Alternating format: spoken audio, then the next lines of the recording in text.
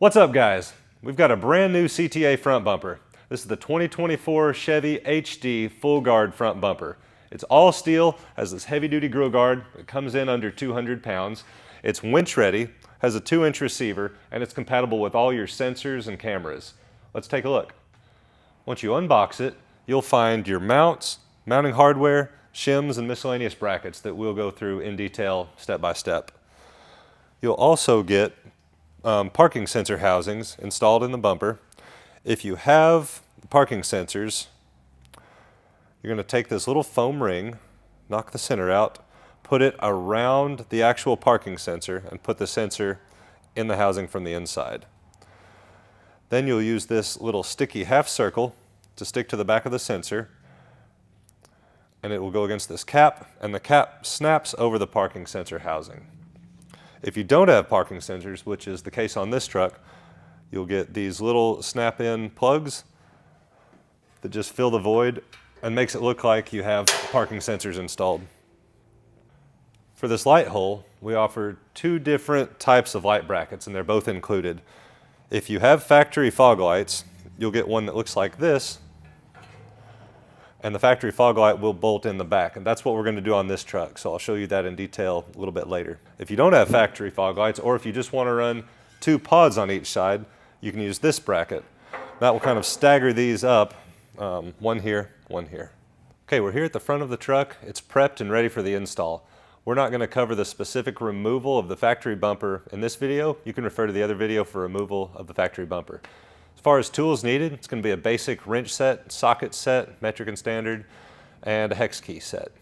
The only thing you need to retain from your bumper besides the wiring and sensors and lights are the tow hooks and the 8 bolts, the 4 per side, that go into the end of the frame. And those are the ones we're going to use first.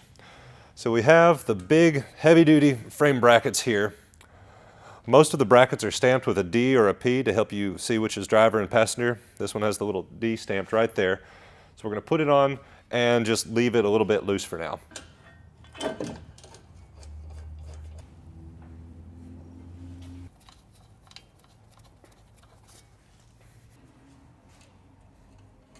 Okay, next we're going to put the braces on. You'll notice that the new mount hangs down lower than the frame. So we have this pair of brackets. They're going to go right there. For the holes that go through the frame, we have this double bolt set up. You can run it from the inside out to make it easy. These use the smaller of the nuts. They'll use all 4 of the small nuts and the smaller flat washers.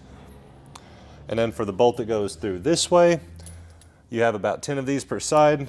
Just grab a couple of them with a lock nut and a flat washer. So I'm going to do that for the 2 on this side. Then after that, we're going to go to the other side and repeat everything.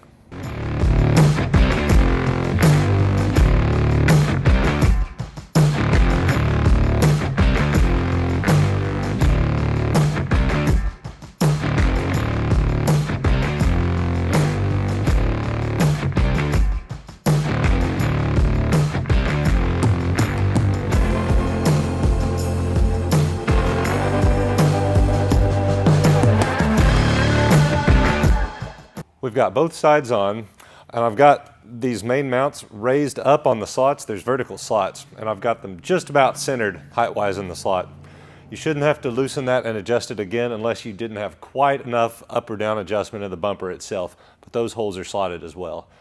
I've also verified that the space in between is 27 3/4 because that's slightly more than the space outside to outside of the bumper bracket.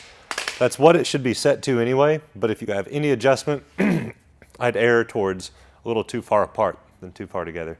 So now that I've got these set where I want them, I'm going to go ahead and tighten down the main frame bolts as well as the brackets.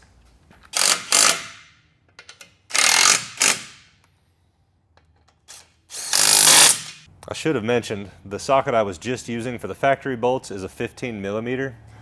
You'll use a 17 for the smaller size nut. And then on the bigger bolts, the bolt head is an 18 and the nut is a 19. I didn't mention these because this truck doesn't have the air dam, but if you have the air dam here and you want to reinstall it, this little L-shaped bracket goes just like this. You would sandwich it with this lower bolt on the inside, and the air dam would install with these 2 smaller bolts.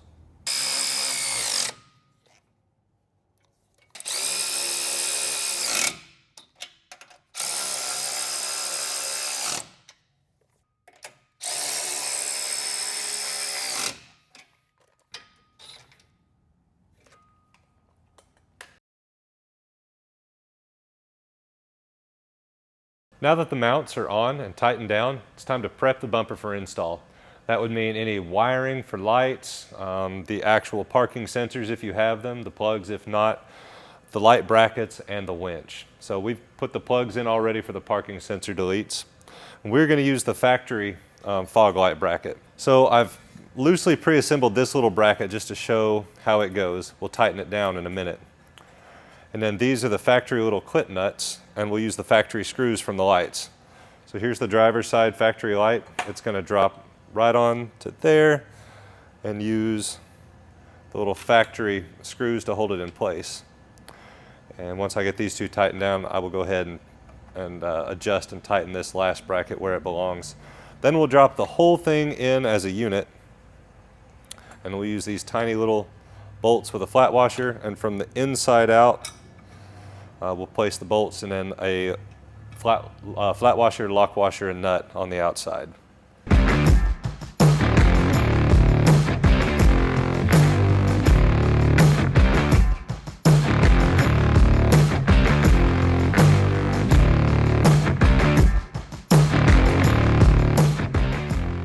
I'm going to make sure that this light is twisted correctly and it looks good before I tighten down all these little screws.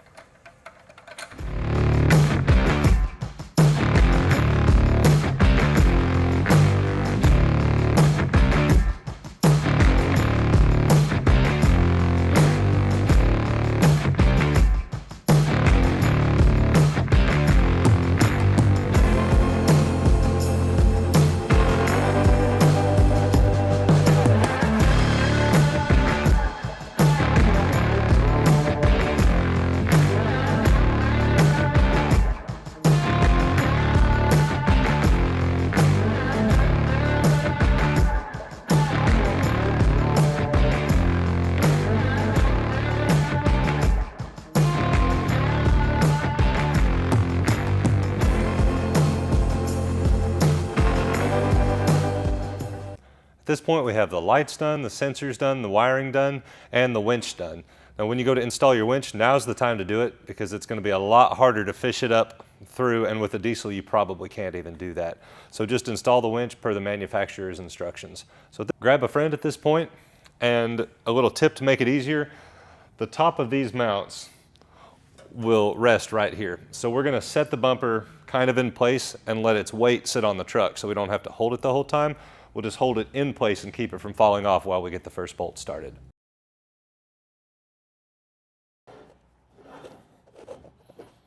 Great. There are 4 bolts per side that go through this main rib.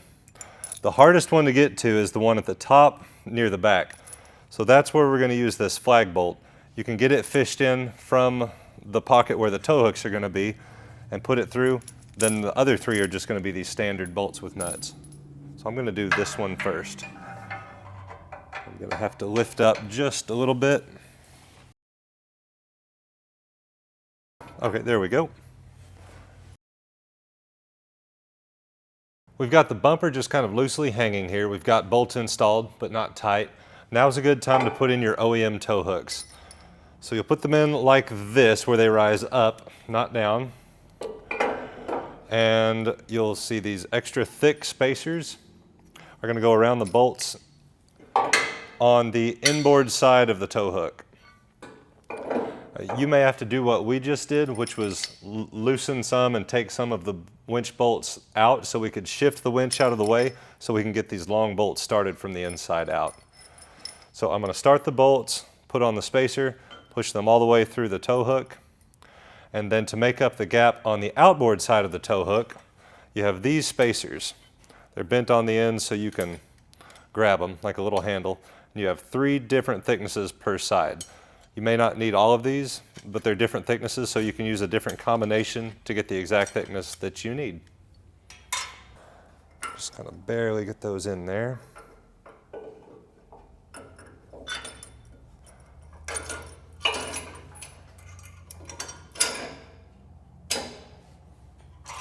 You don't have to put these in yet. You can go ahead and get your bolts started, but it looks like in this application, I'm going to be best to use all 3 spacers.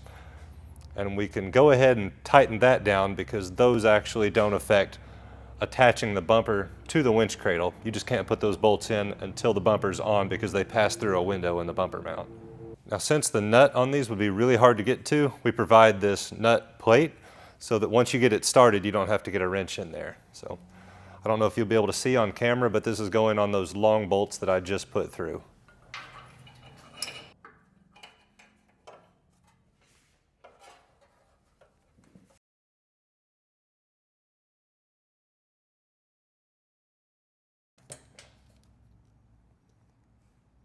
Now we have the bumper lifted up into place to give us the adjustment we want. I always recommend about a 1/2 inch or so. As you go through a flex situation, the bumper is attached to the frame, so the frame and the body will flex slightly different from one another. So if you get it too close, even though it looks really good, you run the risk of jamming your bumper up into the body. So I've got about a 1/2 inch gap all the way around. I'm going to tighten a couple on each side, then I'm going to move this cart out of the way so I can reach the rest of the bolts. I'm going to start with that top flag bolt because it's the one that you don't need a wrench on the back side of.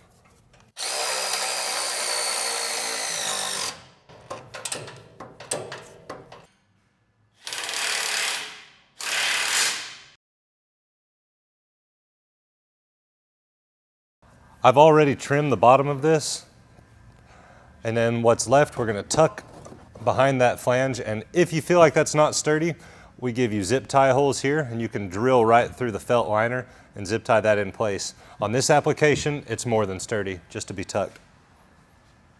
And that's it. Go back through and make sure that all your bolts are tight, zip tie up any loose wires, and check your connections.